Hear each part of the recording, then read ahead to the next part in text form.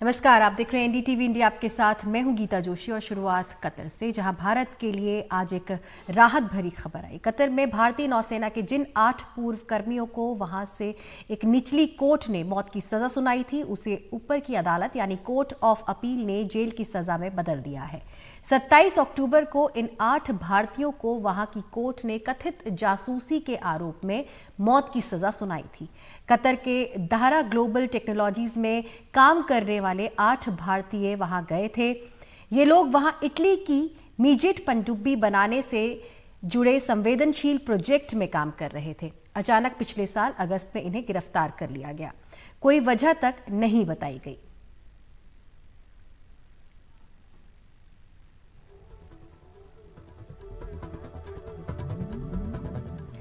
पाकिस्तान में 8 फरवरी को आम चुनाव के लिए वोट डाले जाएंगे। इस बार के चुनाव में 26/11 मुंबई हमलों के मास्टरमाइंड हाफिज सईद का बेटा और लश्कर-ए-तैयबा का आतंकी हाफिज तलहा सईद भी चुनाव मैदान में उतर रहे हैं। लश्कर-ए-तैयबा में अपने पिता के बाद उसकी हैसियत दूसरे नंबर की है। पिछले ही साल गृह मंत्रालय ने हाफिज तलहा सईद को भी आतंकवाद निरोधक कानून UAPA के तहत आतंकवादी घोषित किया था। नोटिफिकेशन में कहा गया था कि हाफिज तलहा सईद लश्कर के लिए आतंकवादियों की भर्ती, पैसे जुटाने और भारत के खिलाफ आतंकी हमलों की योजना और उनके अमल में सक्रिय तौर पर शामिल रहा है।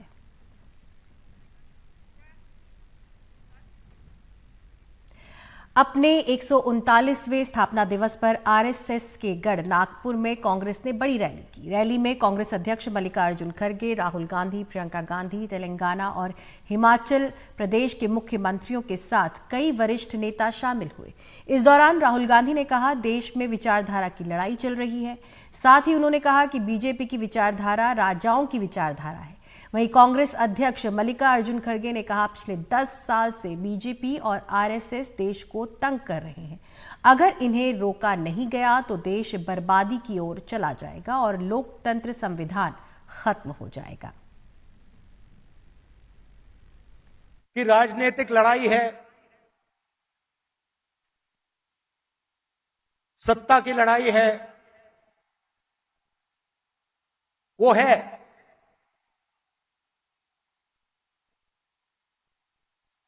मगर इस लड़ाई की नींव जो है वो विचारधारा की है और 2 विचारधाराओं की लड़ाई हो रही है। बहुत सारी पार्टियां हैं,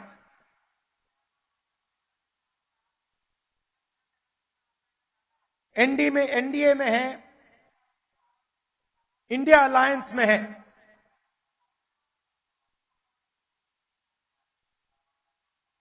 मगर लड़ाई 2 विचारधाराओं के बीच में है। पिछले 10 साल में देश में भाजपा और राष्ट्रीय स्वयंसेवक ये देश को तंग कर रहे हैं और ये जो संघ की सरकार है, अगर इसको नहीं रोक सके तो देश बर्बादी की ओर जाएगा और लोकतंत्र खत्म हो जाएगी।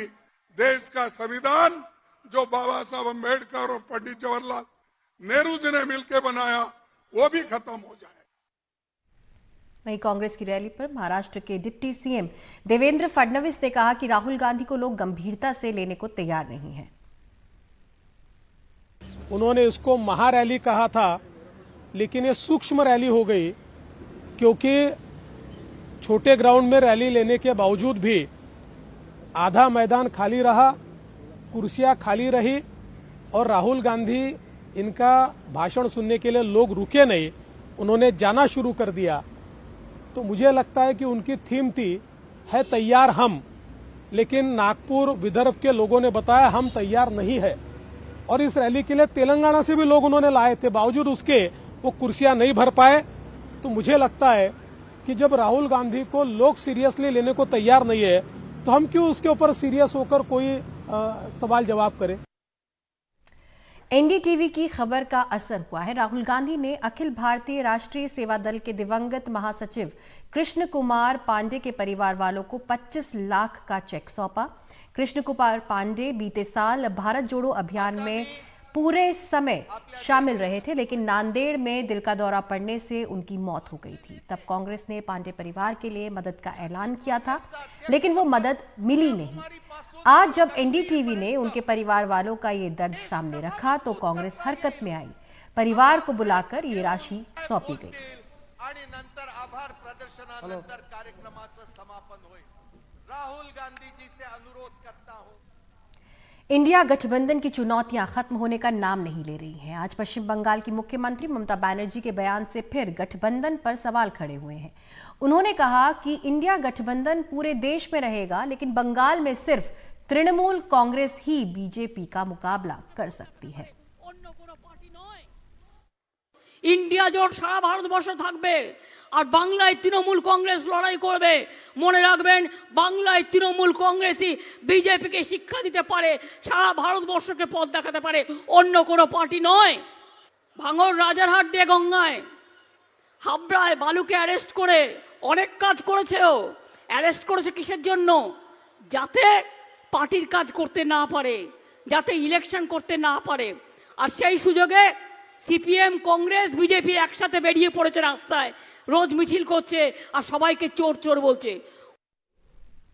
वहीं अयोध्या में रामलला की प्राण प्रतिष्ठा की तैयारियां जोरों पर है। प्रधानमंत्री नरेंद्र मोदी भी 30 दिसंबर को अयोध्या के दौरे पर जा रहे हैं। इस दौरान वो 11,000 करोड़ की कई विकास परियोजनाओं का उद्घाटन और शिलान्यास करेंगे। प्रधानमंत्री नरेंद्र मोदी सबसे पहले अयोध्या एयरपोर्ट का उद्घाटन करेंगे। इसके बाद वो अयोध्या धाम रेलवे स्टेशन का उद्घाटन करेंगे। इसके साथ ही पीएम अमृत भारत ट्रेन और 6 नई वंदे भारत ट्रेनों को हरी झंडी दिखाएंगे।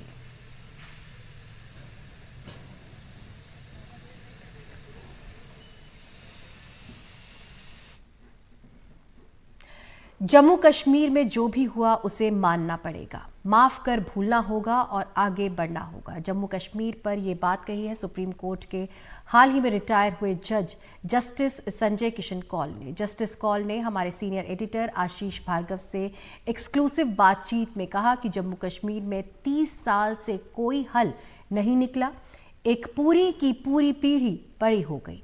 ऐसे में एक ही हल है कि कश्मीर मुद्दे को शांत किया जाए और आगे बढ़ा जाए। बोलते बोलते वो भावुक भी हुए।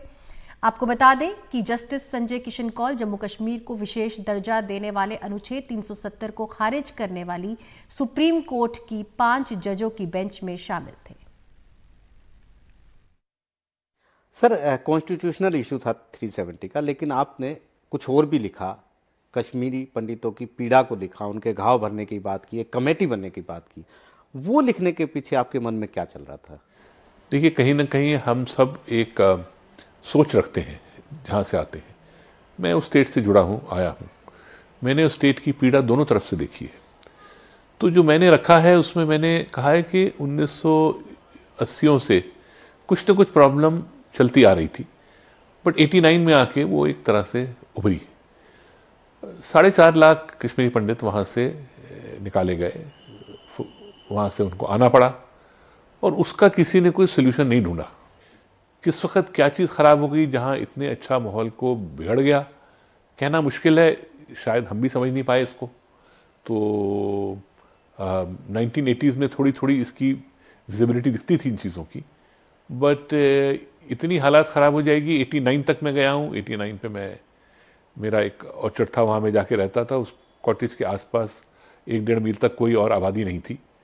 मैं अपने कजन्स के संग जाके रहा, वॉक पे जाता था, कभी कोई फियर का फीलिंग नहीं उठी। अगली खबर मध्य प्रदेश से, जहां गुना में बस में आग लगने की घटना के बाद सरकार ने बड़ी कार्रवाई की है। गुना के डीएम और एसपी को हटा दिया गया है। बस में भीषण आग लगने से 13 लोगों की मौत हो गई थी।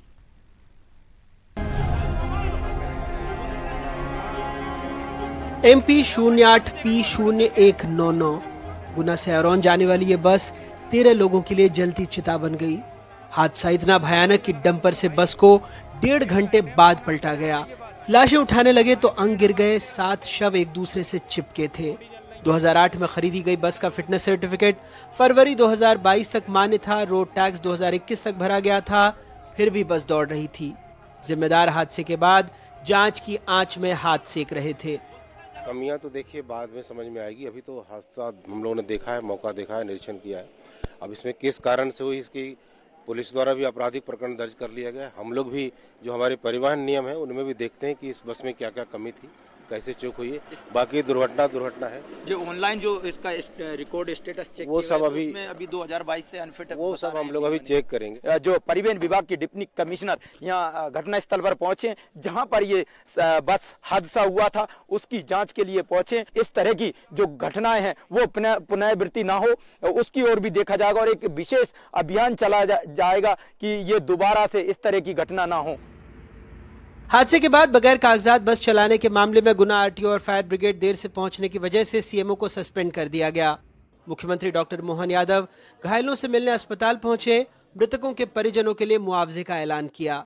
हादसा है, आमने सामने की टक्कर में दोनों ड्राइवर मरे, लेकिन ये बात भी सही कि गाड़ी का परमिट, गाड़ी का इंश्योरेंस, उसका फिटनेस, ऐसे कई बिंदु है जिनकी कठोर से कठोर कार्रवाई करेंगे, प्रबंधन करेंगे कि ऐसा कभी दोबारा नहीं हो। मैं घायलों से भी मिला और घायलों के लिए जो यहाँ इलाज हो सकता है तो यहाँ इलाज कराएंगे और अगर लगता है कि यहाँ इलाज में और उनके लिए बेहतर इलाज की व्यवस्था करेंगे तो जहाँ भेजना वहाँ भेजेंगे और जो संबंधित लोग कठोर से कठोर कार्रवाई करेंगे। बस भानु प्रताप सीकरवार के नाम पर है, जो बीजेपी के पूर्व जिला उपाध्यक्ष विश्वनाथ सीकरवार के भाई हैं। मालिक और दोनों ड्राइवरों के खिलाफ एफआईआर दर्ज हुई है। कलेक्टर, एसपी, आरटीओ, सीएमओ सबके खिलाफ कार्रवाई हो गई। हम और आप बगैर कागजात की गाड़ी चलाएंगे तो अगले दिन धर लिए जाएंगे। अभी भी कोई ये नहीं बता रहा कि क्या वजह थी कि मौत की ये बस किस रसूखदार के दबाव में आखिरकार सालों तक बगैर कागजात चलती रही। गुना से अपने सहयोगी मोहन और भोपाल से कैमरा पर्सन रिजवान खान के साथ अनुराग द्वारी, एनडीटीवी।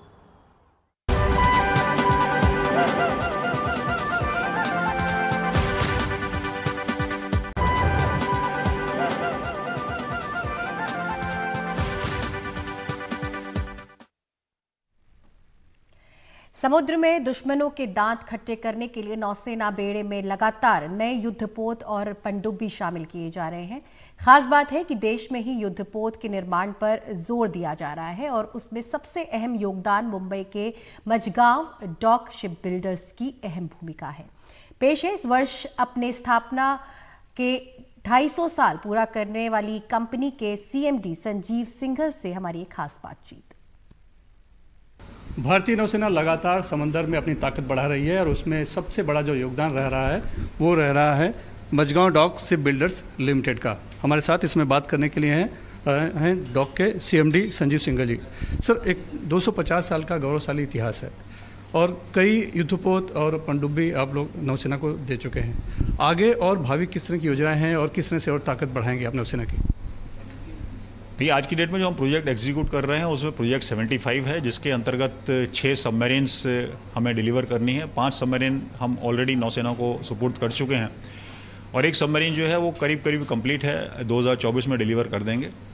दूसरा प्रोजेक्ट है प्रोजेक्ट 15 ब्रावो, जिसमें 4 डिस्ट्रॉयर्स हैं, जिसमें से 3 डिस्ट्रॉयर हम लोग नेवी को डिलीवर कर चुके हैं। और इसमें खास बात यह है कि ये तीनों डिस्ट्रॉयर, एक 2021 में, दूसरा 2022 में और तीसरा 2023 में जो हमने नेवी को डिलीवर किया है, तीनों ही कॉन्ट्रेक्चुअल टाइमलाइन से पहले डिलीवर किए गए हैं। तीसरा जो डिस्ट्रॉयर है वो हमने लगभग 5 महीने पहले, कॉन्ट्रेक्चुअल टाइमलाइन से 5 महीने पहले डिलीवर किया है और इसका इसी श्रृंखला में जो चौथा डिस्ट्रॉयर है वो 2024 में डिलीवर करेंगे। बात पनडुब्बी की हुई तो अभी हाल ही में मझगांव डॉक ने गुजरात सरकार से एक एमओयू किया है बेट द्वारका के लिए। वो क्या है, किस तरह की योजना है वो? क्योंकि अब रक्षा क्षेत्र से हट के आप टूरिज्म में भी कहीं जा रहे हैं, ऐसा लग रहा है। देखिए, मझगांव डॉक शिप बिल्डर्स सबसे ज़्यादा कॉम्प्लिकेटेड जहाज़ और सबसे ज़्यादा कॉम्प्लिकेटेड सबमरीन्स बनाता है और जो हमने प्लेटफॉर्म्स डिलीवर किए हैं बहुत ही उत्तम पाए गए हैं और नेवी ने इनकी प्रशंसा भी की है। तो इसमें टूरिज़्म पर्पसेस के लिए या कमर्शियल पर्पसेस के लिए जो प्लेटफॉर्म्स का रिक्वायरमेंट होता है वो बनाने में मझगांव डॉक शिप बिल्डर्स हर तरह से पूरी तरह से सक्षम है। और क्योंकि हमारे पास में कैपेसिटी है, हम एक साथ मझगांव डॉक शिप बिल्डर्स में एक साथ 11 सबमरीन और 10 जहाज बना सकते हैं।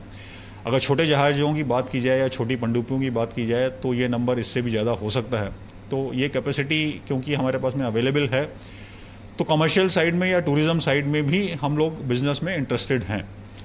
इसी चीज़ को ध्यान में रखते हुए मझगांव डॉक शिप बिल्डर्स और गुजरात गवर्नमेंट के बीच में एक MOU साइन हुआ है, जिसमें स्टेटमेंट ऑफ इंटेंशन है कि एक टूरिस्ट सबमरीन बनाने के लिए Gujarat government Mazagon dock shipbuilders की सेवाएं लेना चाहेगी। हम लोग उसके लिए पूरी तरह से तत्पर हैं और जैसे जैसे इस सबमरीन के रिक्वायरमेंट्स और स्पेसिफिकेशंस फाइनलाइज होंगी, मझगांव डॉक शिप बिल्डर उसको एग्जीक्यूट करेगा। धन्यवाद हमसे बात करने के लिए। धन्यवाद। मुंबई से कैमरामैन राजेंद्र दयाल के साथ सुनील सिंह, NDTV इंडिया के लिए।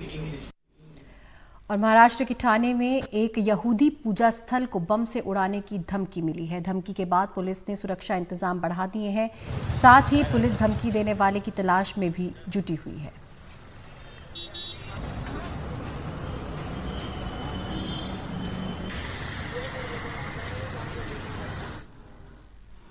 दिल्ली समेत उत्तर भारत के कई इलाकों में ठंड और कोहरे की मार देखने को मिल रही है। ये तस्वीरें दिल्ली, अमृतसर, वाराणसी और लखनऊ की आपकी स्क्रीन पर आप देख सकते हैं। घने कोहरे के चलते लगातार ट्रेन और फ्लाइट्स रद्द हो रही हैं, जिससे यात्रियों को काफ़ी असुविधा का सामना करना पड़ रहा है। मौसम विभाग के मुताबिक उत्तर पश्चिम भारत में 2 दिनों तक घना कोहरा छाया रहेगा। उसके बाद ही धीरे धीरे राहत मिलने की संभावना है।